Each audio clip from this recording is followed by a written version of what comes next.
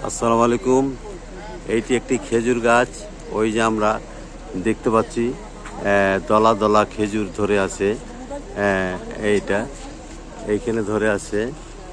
ওই যে ওখানে খেজুর পাকা ঘিরে রেখেছে। দেখ, একটা কাপড় দিয়ে ঘিরে রেখেছে। সুন্দর। এখনো খেজুর পাকে নাই।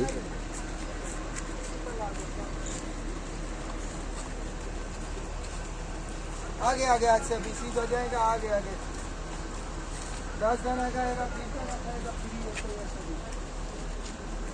आगे आगे ऐसे आगे आगे सीधा सीधा अंदर है तो काला लेना वैसी बात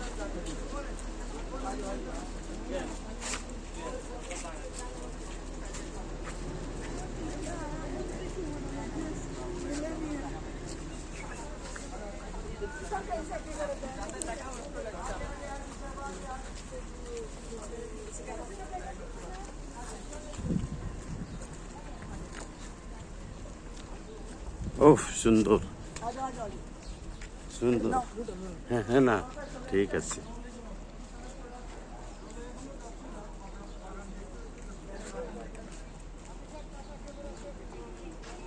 হ্যাঁ, এই যে খেজুর বাগানটা আমরা দেখলাম, এটি সালমান ফার্সির খেজুর বাগান।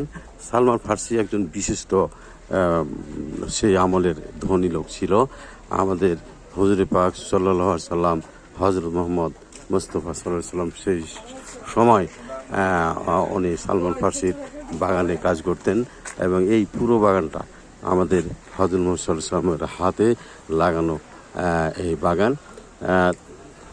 তারপরে কথা হলো যে সেই আমলের খেজুরের গাছগুলো হয়তো এখন নাই, কিন্তু ইতিহাসের সাক্ষী হিসাবে এই বাগানটি রয়ে গেছে।